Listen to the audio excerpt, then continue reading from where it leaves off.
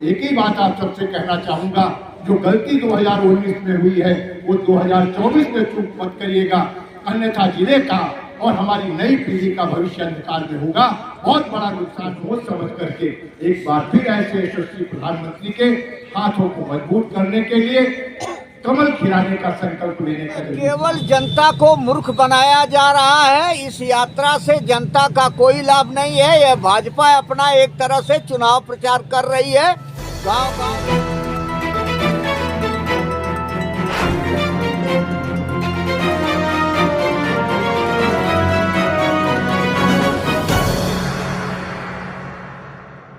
और एक बात और मैं कहना चाहता हूं, जब 2014 में माननीय मोदी जी प्रधानमंत्री बने तो उन्होंने एक नारा दिया था कि सबका साथ और सबका विकास। कोई जाति का भेद नहीं, कोई मजहब का भेद नहीं। जितनी भी केंद्र की योजनाएं, जितनी भी राज्य सरकार की योजनाएं बनाई गई, देश के 140 करोड़ भाई बहनों के लिए बिना किसी भेदभाव के बनाई गई। और आप स्वयं इसके गवाह होंगे कि आज तक इन केंद्रीय योजनाओं में, उत्तर प्रदेश सरकार की योजनाओं में इस बात को ध्यान नहीं रखा गया ये योजना से कौन हमारे साथ है कौन नहीं है। भारत के 140 भाई बहनों को इन योजनाओं का लाभ पहुंचे, ये भारत सरकार की नीयत है। और उसी के चलते बड़ी संख्या में जो भी हमारे जरूरतमंद भाई हैं, जो हमारी बहनें हैं, उनकी योजनाओं का लाभ मिला है। आज चाहे प्रधानमंत्री आवास का बनने का काम हो, बिना किसी भेदभाव के प्रधानमंत्री आवास सबको मिले हैं कि नहीं, और जिनको अभी नहीं मिले आने वाले दिन बहनों को उज्ज्वला गैस का चूल्हा मिला। ये नहीं पूछा गया कि किसने भाजपा को वोट दिया किसने नहीं दिया, सबके लिए लाया गया और इस योजना का लाभ सबको मिला। और खास तौर से गाजीपुर के लोगों से मैं कहना चाहता हूँ, आपने 2014 में यहाँ सांसद बनाया था श्री मनोज सिन्हा जी को। जिस उम्मीद से आपने बनाया, 2014 से लेकर 2019 तक वो यहाँ सांसद रहे। हजारों करोड़ की योजनाएं गाजीपुर के विकास के लिए, गाजीपुर की तरक्की के लिए, कि गाजीपुर उत्तर प्रदेश का एक विकसित जिला बने, और इसके लिए केंद्र सरकार से योजनाएं लाकर इस जिले को विकास की बुलंदियों तक पहुंचाने का काम किया कि नहीं किया। आप जानते हो कि कितना काम उनके समय में हुआ। क्या कभी और भी सांसद ने इतना काम कभी 5 साल में किया था जितना मनोज सिन्हा ने किया था? कभी दिल पे हाथ रख के देखो, इन तमाम सारी योजनाओं को चलाने वाला भारतीय जनता पार्टी की सरकार माननीय नरेंद्र मोदी जी, और आपके यहाँ के सांसद थे माननीय मनोज सिन्हा जी, कितना काम किया था। लेकिन एक बात बड़े तकलीफ के साथ आपसे कहना चाहता हूँ, अगर हमने आपने जरा सी चूक न की होती तो 2019 से आज 24 आ गया, इन 5 सालों में गाजीपुर का कितना विकास होता क्या आप सोच सकते हैं। मनोज सिन्हा जी अगर जीते होते, केंद्र के वरिष्ठ मंत्री होते और केंद्र सरकार का हजारों करोड़ रुपए गाजीपुर के विकास के लिए, जखनिया के विकास के लिए, आपके विकास खंड के विकास के लिए खर्च होता, क्या होता। बड़े बड़े उद्योग लगते, हजारों लड़कों को रोजगार मिलता, हर दृष्टि से जिला विकसित होता, जिले के लोगों का सम्मान बढ़ता, नौजवानों का भविष्य संवरता।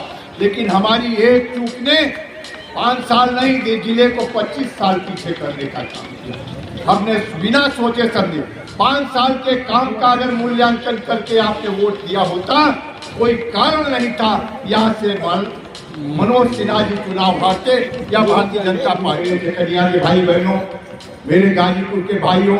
लेकिन इस बड़े काम में आपकी बड़ी भूमिका है।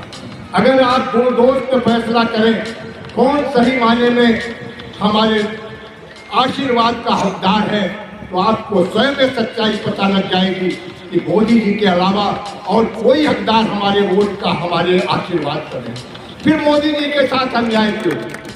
यहाँ का एक वोट कैंडिडेट कोई हो, एमपी कोई बने, लेकिन अगर कमल खिलेगा तो मोदी जी की सरकार वहां बनेगी दिल्ली में। तो यहाँ जब कमल खिलाओगे तब दिल्ली में मोदी की सरकार बनाने का ये कर्तव्य नहीं बनता। ऐसी सरकार को बनाने के लिए मोदी जी के हाथों को मजबूत करें। आप बताइए गंभीरता पूर्वक, क्या ऐसे समय में ये जरूरी है कि हम फैसला अगर लें जिससे गाजीपुर का हित हो, गाजीपुर के लोगों का हित हो। आज नहीं, 19 में चूक हो गई, 2024 आ गया, चुनाव 2 महीने बाद फिर होने वाला है। ये सारे सारी काम, सारी योजनाएं तभी आगे बढ़ेंगी जब देश की गद्दी पर मुख्यमंत्री, प्रधानमंत्री के रूप में माननीय नरेंद्र मोदी जी दोबारा बैठेंगे। इसलिए आप सबसे ये प्रार्थना है, कोई चूक मत करिएगा। अभी आपने देखा 2 दिन पहले 2022 को जिस तरीके से 22 तारीख को जिस तरीके से प्राण प्रतिष्ठा हुई है, सारी दुनिया में जिस तरीके का उत्साह दिखाई पड़ा है, जैसा लगता है कि दोबारा भगवान राम अयोध्या जीवन में आए हैं। हम सबको इस सबको सजो के रखना है, बना के रखना है। एक ही बात आप सबसे कहना चाहूँगा, जो गलती 2019 में हुई है वो 2024 में चूक मत करिएगा, अन्यथा जिले का और हमारी नई पीढ़ी का भविष्य अंधकार में होगा। बहुत बड़ा नुकसान हम अपना करेंगे। आज आपका विषय है कि जखनिया आकर आप सब भाई बहनों से जुड़ने का मुझे अवसर मिला और आप सबका आशीर्वाद मुझे प्राप्त हो रहा है। लेकिन मैं यही कहना चाहूँगा, एक बार जो गलती हुई है, बार बार वो गलती दोहराएंगे तो हम सबका भविष्य निकालना होगा। इसको सोच समझ करके एक बार फिर ऐसे यशस्वी प्रधानमंत्री के हाथों को मजबूत करने के लिए कमल खिलाने का संकल्प लेने का जरूरी है। देव नारायण सिंह, अध्यक्ष ब्लॉक कांग्रेस कमेटी जखनिया गाजीपुर। पूरे भारत में विकसित भारत संकल्प यात्रा मनाई जा रही है, इस पे आप क्या कहेंगे? यह केवल जुमलेबाज पार्टी है, धरातल पर काम दिखाई नहीं दे रहा है।